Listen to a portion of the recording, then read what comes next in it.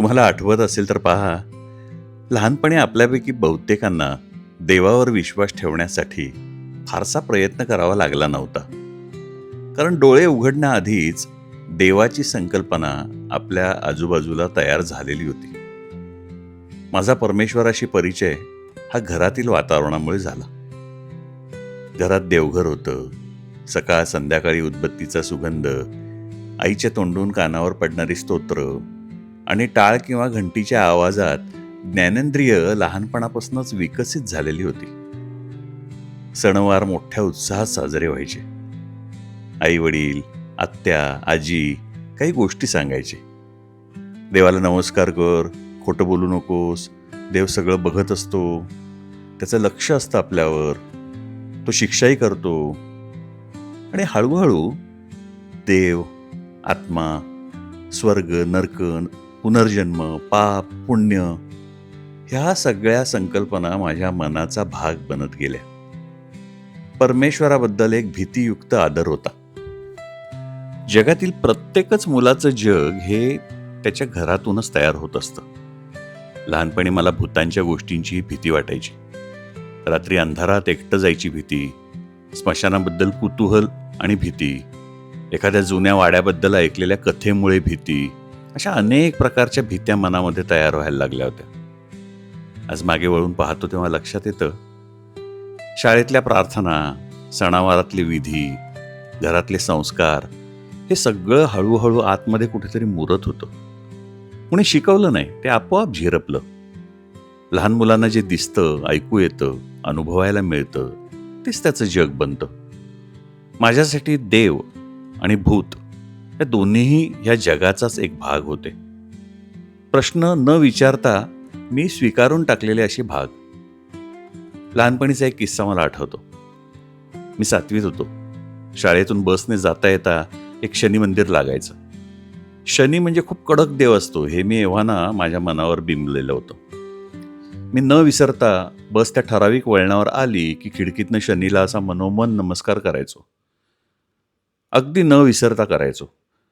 आणि एक दिवस मी विसरलो आणि बस पुढे आल्यावर, माझ्या खूप पुढे आल्यानंतर लक्षात आलं की अरे, आज मी विसरलेलो आहे. घाबरून डोळे मिटून मनोमन त्याची माफी मागितली आणि नमस्कार केलेला मला आठवतोय. पण हा दरारा, ह्या भीतीतून मी बंडखोर बनत गेलो. मी विचार करू लागलो, मी प्रश्न विचारू लागलो आणि पुस्तकं वाचायला लागलो. समविचारी मित्रांशी चर्चा करायला लागलो. मला जे प्रश्न पडतायत ते इतरांना का बरं पडत नाही आहेत? आणि हे सगळं सर्व जगभरातच का दिसतंय? भारतामध्ये देव आहेत, मध्यपूर्वेत बघितलं तर तिकडे अल्लाह आहे, ख्रिश्चन लोकांसाठी गॉड आहे, बौद्ध धर्मात वेगवेगळ्या संकल्पना आहेत. प्रत्येक धर्मात वेगवेगळ्या देवाच्या संकल्पना आहेत. इतक्या वेगळ्या संस्कृतींमध्ये, वेगवेगळ्या भाषांमध्ये हजारो वर्षांपासून माणूस कुठल्या ना कुठल्या अदृश्य शक्तीवर विश्वास का बरं ठेवत असेल? हा प्रश्न मला खूप आकर्षक वाटू लागला आणि त्याचं उत्तर शोधताना मला इतिहासाकडे बघावं लागलं. कल्पना करा, आजपासून हजारो वर्षांपूर्वीचा माणूस, त्याच्याकडे विज्ञान नव्हतं, दूरदर्शक नव्हता, सूक्ष्मदर्शक नव्हता, हवामान खातं नव्हतं. आकाशात वीज चमकली की त्याला त्याचं कारण माहीत नसायचं. पूर आला तर तो का आला माहीत नाही. सूर्य रोज उगवतो तर कसा उगवतो? मृत्यूनंतर काय होतं? आपण इथे का आहोत? ह्या प्रश्नांची उत्तरं त्या मानवाकडे नव्हती. आणि जिथे उत्तरं नसतात तिथे कथा जन्माला येतात, असं मला अनेकदा वाटायला लागलं. कदाचित धर्माचा जन्मही भीतीतून झालेला असेल का? पण फक्त भीतीतून नाही, कदाचित एकटेपणातून, असुरक्षितेतून, मृत्यूच्या प्रश्नामधून किंवा अर्थाच्या शोधातून. माणूस हा एक विचित्र प्राणी आहे. त्याला फक्त अन्न, कपडे आणि निवारा एवढं पुरेसं नसतं. त्याला जीवनात अर्थ हवा असतो. त्याला वाटतं, मी कोण आहे? मी इथे का आहे? माझ्या जीवनाला काही उद्देश आहे का? आणि कदाचित म्हणूनच धर्म नावाची ही संकल्पना जन्माला आलेली असेल. धर्माने माणसाला काही गोष्टी दिल्या, एक समुदाय दिला, एक गोष्ट दिली, सण दिले, प्रथा परंपरा दिल्या, आशा दिली, संकटात आधार दिला. पण त्याचबरोबर धर्मामुळे अनेक समजुतीही पसरल्या. आत्मा, स्वर्ग, नरक, पुनर्जन्म, भूत, देवदूत, चमत्कार या संकल्पना धर्मानुसार बदलत गेल्या. पण जवळजवळ प्रत्येक संस्कृतीमध्ये, प्रत्येक धर्मामध्ये काही ना काही स्वरूपात त्या दिसतच राहिल्या. आणि म्हणूनच मला आज असं वाटतं की श्रद्धा ही केवळ धार्मिक गोष्ट नाहीये, ती मानवाची मूलभूत गरज आहे. कशावर तरी तो श्रद्धा ठेवतोच, कारण माणूस हा फक्त तर्काने जगू शकत नाही, तो आशेवरही जगतो. आणि कदाचित म्हणूनच श्रद्धेचा जन्म झाला असावा. पण मग मोठं होत असताना माझ्या मनात काही प्रश्न उभे राहिले आणि त्या प्रश्नांनी माझ्या संपूर्ण विचार विश्वालाच हादरे द्यायला सुरुवात केली. मोठं होण्याचा एक सुंदर पण त्रासदायक परिणाम असतो. आपण प्रश्न विचारायला सुरुवात करतो, आपण मतं व्यक्त करायला लागतो, आपलं काहीतरी म्हणणं असल्याची जाणीव आतून धडका देऊ लागते. लहानपणी आपण गोष्टी स्वीकारत असतो, पण एका वयानंतर आपण त्या तपासायला लागतो. माझ्या बाबतीतही हेच घडत होतं. मला प्रश्न पडायला सुरुवात झालेली. देव आहे तर मग तो दिसत का नाही? जगात इतकं दुःख का आहे? चांगल्या माणसाबरोबर वाईट गोष्टी का घडतात? निष्पाप मुलांना आजार का होतात? जर देव सर्व शक्तिमान असेल तर अन्याय का थांबवत नाही? आणि जर देव सर्व काही नियंत्रित करत असेल तर माणसाच्या स्वातंत्र्याचं काय? असे अनेक ढोबळ प्रश्न सुरुवातीला मनात यायला लागले. आणि गंमत म्हणजे प्रश्न पडायला लागले की उत्तर मिळण्याची अपेक्षा वाढू लागते. पण माझ्या बाबतीत तसं झालं नाही. मी अनेकांना विचारलं, पुस्तकं वाचली, प्रवचनं ऐकली, चर्चा केल्या, पण अनेक उत्तरं मला अशी वाटली की ती प्रश्नांपेक्षा श्रद्धेवर आधारित होती. काही जण म्हणाले असा प्रश्न विचारायचा नसतो, काही म्हणाले देवाची इच्छा, काही म्हणाले हे आपल्या बुद्धीच्या पलीकडचं आहे. पण त्या काळात माझ्या मनाला ही उत्तरं पुरेशी वाटली नाहीत आणि हळूहळू माझ्या मनात एक वेगळाच निष्कर्ष तयार व्हायला लागला. कदाचित हे सगळं खोटं असेल, कदाचित हा देव नसेलच, आत्माही नसेल, पुनर्जन्म तर नाहीच नाही, कदाचित हे सर्व केवळ मानवी संकल्पना आहे. ज्या गोष्टींना लॉजिक नसतं त्याच्यामध्ये तथ्य नसतं. आणि इथून माझ्या आयुष्यातील दुसरा टप्पा सुरू झाला, श्रद्धेकडून संशयाकडे. पण संशय हळूहळू बंडखोरीमध्ये बदलला. आज मागे वळून पाहतो तेव्हा जाणवतं, सुरुवातीला मी जितका कर्मठ श्रद्धाळू असतो तितकाच पुढे मी कर्मठ नास्तिकही बनत गेलो. दोन्ही टोकं सारखीच, ठाम, कठोर, दुसऱ्याचा विचार ऐकून न घेणारी. फक्त देवच नाही, मी जवळजवळ प्रत्येक परंपरेला विरोध करायला लागलो. मंदिरात जाणं अनावश्यक वाटू लागलं. उपवास मला हास्यास्पद वाटायचे. पूजा म्हणजे वेळेचा अपव्यय वाटू लागला. आणि खरं सांगायचं तर मी श्रद्धाळू लोकांकडे थोड्या तुच्छतेनेच बघत होतो. मला वाटायचं ही लोक भावनिक आहेत, हे लोक कुठल्या तरी संकटात आहेत म्हणून हे आधाराच्या शोधात आहेत, ही लोक विचारच करत नाही आहेत, ही लोक अशी अंधविश्वासी का आहेत? आज मागे वळून पाहताना मला जाणवत आहे, त्या काळात मी स्वतःला फार तर्कशुद्ध असं समजत असे. मला माझ्या तर्कनिष्ठ असण्याचा एक प्रकारचा अभिमान होता. पण कदाचित मी एका टोकावरून दुसऱ्या टोकाला गेलो होतो.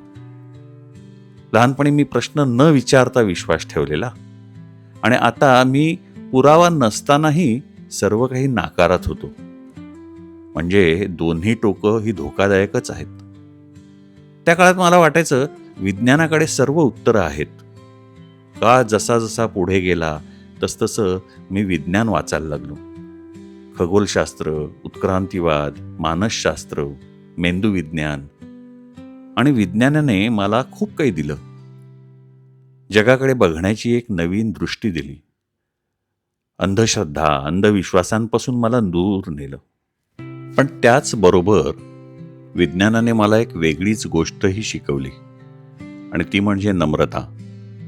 कारण विज्ञानाने मला सर्व प्रश्नांची उत्तरं दिली नाहीत. उलट विज्ञान जितकं समजू लागलो तितकं मला हे जाणवू लागलं की अजून कितीतरी गोष्टी विज्ञानाला आणि म्हणूनच आपल्याला माहीत नाहीयेत. आपल्याला विश्वाचा बराचसा भाग अजून समजलेलाच नाहीये. चेतना म्हणजे नेमकं काय, त्याचं पूर्ण उत्तर अजूनही नाही आहे आपल्याकडे. मृत्यूनंतर काय होतं याचं उत्तर नाही आहे. विश्वाची सुरुवात का झाली याचं अंतिम उत्तर नाही आहे. आणि मग मला एक गोष्ट जाणवली, मला माहीत नाही. हे उत्तर म्हणजे कमकुवतपणाचं नाही आहे, उलट ते प्रामाणिकपणाचं लक्षण असू शकतं. फक्त मला अजूनपर्यंत माहीत नाहीये, बस एवढंच. आणि याच टप्प्यावर माझ्या विचारांमध्ये एक मोठा बदल घडायला सुरुवात झाली. कारण मला जाणवलं ह्या श्रद्धाळू लोकांना मी मूर्ख समजत होतो. त्यांच्यापैकी अनेक लोक माझ्यापेक्षा जास्त संवेदनशील आहेत, शांत आहेत, जास्त प्रेमळ आहेत आणि जास्त माणुसकीने जगणारे आहेत. माझी आई देवासमोर दिवा लावायची. त्या दिव्यामुळे विश्व बदलतं की नाही माहीत नाही, पण त्या दिव्यामुळे तिच्या मनाला शांतता निर्माण व्हायची हे मात्र मी स्पष्टपणे पाहत होतो. आणि इथेच मला पहिल्यांदा जाणवलं, एखादी गोष्ट वैज्ञानिकदृष्ट्या सिद्ध झालेली नसली तरी ती मानवी अनुभवाच्या पातळीवर अर्थपूर्ण असू शकते. पण याचबरोबर एक प्रश्नही माझ्या मनामध्ये उभा राहिला. जर श्रद्धेमुळे आधार मिळू शकतो तर अंधश्रद्धेमुळे नुकसानही होऊ शकतं. मग या दोघांमध्ये नेमका फरक काय? आणि विज्ञान देव, आत्मा, भूत, पुनर्जन्म याबद्दल नेमकं काय म्हणतोय? याच उत्तरांच्या शोधात माझा पुढचा प्रवास सुरू झाला. आयुष्यातील एका टप्प्यावर मला असं वाटत होतं की विज्ञानाकडे सर्व उत्तर आहेत.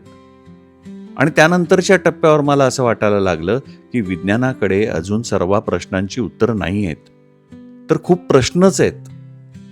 कदाचित प्रौढ होण्याचा एक अर्थ हाच असावा, आपण उत्तराच्या प्रेमात कमी आणि प्रश्नांच्या प्रेमात जास्त पडायला लागतो. आणि मग मी एक एक विषय वेगळा करून त्याच्याकडे पाहायला सुरुवात केली. सर्वप्रथम परमेश्वर. तो प्रत्यक्षात आहे नाही पेक्षा ही मानवाच्या सर्वात सुंदर अशा संकल्पनेपैकी एक संकल्पना आहे किंवा मानवाचा सर्वात सुंदर शोध आहे. जगभरातील जवळजवळ प्रत्येक संस्कृतीत देवाची संकल्पना सापडते. नावं वेगळी असतील, रूपं वेगळी असतील, परंपरा वेगळ्या असतील, पण एक गोष्ट समान, आपल्यापेक्षा मोठी, संपूर्ण सृष्टीला व्यापून टाकणारी अशी एखादी शक्ती असावी अशी मानवी इच्छा किंवा कदाचित मानवाची मूलभूत गरज म्हणूया हवं तर. पण विज्ञान या विषयावर काय म्हणतं? माझ्या आश्चर्याची गोष्ट म्हणजे विज्ञान म्हणतं, देवाबद्दल आमच्याकडे पुरावा नाही. पण त्याच वेळी विज्ञान असंही म्हणत नाही की देव नाही. म्हणजेच विज्ञानाने देव सिद्ध केलेला नाही आणि देव नाही हेही सिद्ध केलेलं नाही. कारण देव ही संकल्पना प्रयोगशाळेत ठेवून तपासताच येण्यासारखी नाहीये. हे ऐकल्यावर मला एक महत्त्वाची गोष्ट समजली. विज्ञान आणि श्रद्धा हे अनेकदा वेगवेगळे प्रश्न विचारत असतात. विज्ञान विचारतं की हे कसं घडतं, तर धर्म विचारतो याचा अर्थ काय. म्हणूनच विज्ञान आणि धर्म हे नेहमीच एकमेकांचे शत्रू असतात असं नाही. मला काही प्रश्नांची उत्तरं मिळाली, काहींची नाही. पण प्रश्न अधिक सुंदर वाटायला लागले. आणि इथेच मला विज्ञानाने दिलेला सर्वात मोठा धडा समजला. विज्ञानाचं सर्वात प्रामाणिक उत्तर अनेकदा हे असतं, आम्हाला अजून माहिती नाही. आणि आश्चर्य म्हणजे जसं जसं वय वाढत गेलं तसं मला हे उत्तर आवडायला लागलं. कारण लहानपणी आपल्याला निश्चित उत्तरं हवी असतात. तर प्रौढ झाल्यावर आपण अनिश्चिततेसोबत जगायला शिकतो. पण या सर्व प्रवासानंतर माझ्या मनात एक शेवटचा प्रश्न उभा राहिला. जर श्रद्धेमुळे आधार मिळू शकतो, तर अंधश्रद्धेमुळे नुकसान होऊ शकतं. तर या दोघांमधली सीमारेषा नेमकी कुठे आहे? आणि आज या वयात माझं स्वतःचं धोरण काय आहे? तर मी याचं उत्तर कदाचित माझ्या संपूर्ण प्रवासाचं सार म्हणून देईन. या सगळ्या प्रवासानंतर एक गोष्ट माझ्या लक्षात आली. मी लहानपणी प्रश्न न विचारता विश्वास ठेवत गेलो, तर तारुण्यात प्रश्न विचारून सर्व काही नाकारत होतो. दोन्ही काळात माझ्याकडे आत्मविश्वास खूप होता, पण गंमत म्हणजे जसा जसा अनुभव आणि वय वाढत जातं तसतसा आत्मविश्वासासोबत नम्रताही वाढत जाते. कारण कधी कधी जाणवायला लागतं की जीवन हे आपल्या मतांपेक्षा खूप वेगळं आणि मोठं असतं. आणि कदाचित म्हणूनच आज मी स्वतःला श्रद्धाळू किंवा नास्तिक या कोणत्याही चौकटीत बंदिस्त करत नाही. मी नम्र व कुतूहलाने जगातील सर्व गोष्टींचा आनंद घेतो. भावनिक क्षण, श्रद्धेची वेगवेगळी रूपं अनुभवतो. ही सृष्टी नेमकी कुणी बनवली याचं ठाम उत्तर माझ्याकडे नसलं तरी सृष्टीतील सुंदर सुंदर गोष्टींचा मी श्रद्धापूर्वक आस्वाद घेतो. देव, परमेश्वर, शक्ती आहे किंवा नाही या प्रश्नाचं नेमकं व खरं उत्तर कोणाकडेच नाही. जर कोणी ठामपणे म्हणत असेल की परमेश्वर आहेच तर तेही अयोग्य, आणि कोणी ठामपणे नाकारत असेल तर तेही चुकीचं. या प्रश्नांची अंतिम व खरी कदाचित काही वर्षांनी पुराव्यासकट आपल्याला उत्तरं सापडतील. पण ह्या प्रवासात मला एक महत्त्वाचा फरक समजू लागला.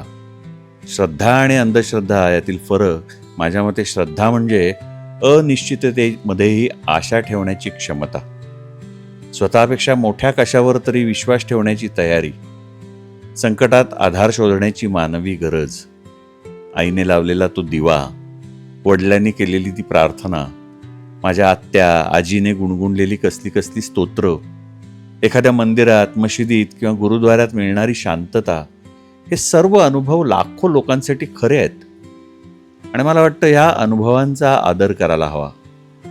पण श्रद्धा अंधश्रद्धेत कधी बदलते हा प्रश्न अधिक महत्त्वाचा आहे. जेव्हा श्रद्धेमुळे भीती निर्माण होते, जेव्हा श्रद्धेमुळे तर्क बंद होतो, जेव्हा डॉक्टरांऐवजी चमत्कारावर अवलंबून राहावं लागतं, जेव्हा माणसामध्ये द्वेष पसरतो, जेव्हा प्रश्न विचारणं पाप समजलं जातं, जेव्हा एखादी व्यक्ती किंवा संस्था स्वतःला अंतिम सत्याचा मालक समजू लागतं, कदाचित तिथे अंधश्रद्धा सुरू होते. माझ्यासाठी आज विज्ञान आणि श्रद्धा यांच्यात युद्ध नाही आहे. कारण मला असं वाटतं विज्ञान आपल्याला बाहेरचं जग समजावून सांगतं, पण माणूस फक्त बाहेरचं जग जगत नसतो, तो आतही जगत असतो. विज्ञान आपल्याला सांगू शकतं हृदय कसं धडधडतं, पण आईच्या प्रेमाची किंमत किती आहे हे मोजण्यासाठी कोणतं उपकरण आहे? विज्ञान कदाचित हे सांगू शकतं की मेंदूमध्ये कोणती रसायनं तयार होतात, पण एखाद्या व्यक्तीच्या दुःखाचं वजन किती किलो आहे हे आपण कसं मोजणार? आणि म्हणून मला वाटतं की मानवी जीवन हे केवळ विज्ञानाने किंवा केवळ लॉजिकने समजत नाही. त्यासाठी श्रद्धा, भावना, संवेदनशीलता आणि नम्रताही लागते. आज माझं धोरण खूप साधं आहे. व्यवहारात, जगात जगताना विज्ञान, मनात नम्रता, आजार असेल तर डॉक्टर, आर्थिक निर्णय घ्यायचा असेल तर तर्क, गाडी चालवताना नियम, आणि कोणत्याही दाव्याला पुराव्याच्या कसोटीवर तपासण्याची तयारी. एखाद्याची श्रद्धा त्याला एक चांगला माणूस बनवत असेल तर आज मला त्याची टिंगल करावीशी वाटत नाही. कारण मला माहिती आहे प्रत्येक माणूस त्याच्या त्याच्या पद्धतीने जीवनाशी दोन हात करत असतो, दुःखाशी सामना करत असतो, त्याच्या पद्धतीने जीवनाचा अर्थ तो शोधत असतो. आणि कदाचित म्हणूनच मी आता कोणाच्याही श्रद्धेचा आधार काढून घेण्याचा प्रयत्न करत नाही आणि कोणालाही अंधश्रद्धेकडे ढकलण्याचाही प्रयत्न करत नाही. आजपर्यंत मला माहीत नाही हे उत्तर मान्य आहे. आणि आश्चर्य म्हणजे या उत्तरामुळे मला अस्वस्थही वाटत नाही, उलट शांतता मिळते. कारण कदाचित जीवनाचं सौंदर्य हे सर्व उत्तरं मिळवण्यात नसतं, तर काही प्रश्न कायम जिवंत राहण्यात असतं. आणि म्हणूनच आज जेव्हा कोणी विचारतं की तू ईश्वराला मानणारा आहेस का, तर माझं प्रामाणिक उत्तर असतं की देव असण्याच्या शक्यतेत जगण्यामध्ये अधिक शांतता आणि समाधान आहे. फक्त मला हे तपासायला हवं की श्रद्धेमुळे मी अधिक प्रेमळ माणूस बनतो आहे का, मी अधिक प्रामाणिकपणे जगतोय का, मी माझ्या भीतीपेक्षा माझ्या माणुसकीला मोठं करतोय का. आणि जर त्या प्रश्नांची उत्तरं हो असतील तर श्रद्धाळू असण्यातच शहाणपण आहे. सध्या मी परमेश्वर नाही या भ्रमात राहण्यापेक्षा परमेश्वर असू शकेल या शक्यतेसोबत जगणं जास्त पसंत करू लागलोय. बाकी देव, आत्मा, पुनर्जन्म, भूत या सर्व प्रश्नांची उत्तरं मी तुमच्यावर सोडतो. कारण प्रत्येक माणसाचा प्रवास वेगळा असतो, प्रत्येकाचा अनुभव वेगळा असतो. मी माझा प्रवास तुमच्यासमोर मांडला. आता मला तुमचा प्रवास ऐकायला आवडणार आहे. कॉमेंटमध्ये तुम्ही तुमची मतं, तुमचे विचार, तुमच्या मनातले प्रश्न इथे मांडा. तुमचा श्रद्धेपासून प्रश्नांपर्यंतचा प्रवास कसा झाला हे मला समजून घ्यायला आवडेल. या व्हिडिओच्या माध्यमातून मला कुणाच्याही भावना दुखावण्याचा हेतू नाही आहे किंवा नव्हता. फक्त एक सकारात्मक चर्चा घडावी आणि ज्ञानाची देवाणघेवाण व्हावी हा निर्मळ उद्देश घेऊन मी हा व्हिडिओ घेऊन तुमच्यासमोर आलो आहे. असे व्हिडिओ जर आवडत असतील तर ह्या चॅनलला सबस्क्राईब करा. धन्यवाद. इथेच थांबतो.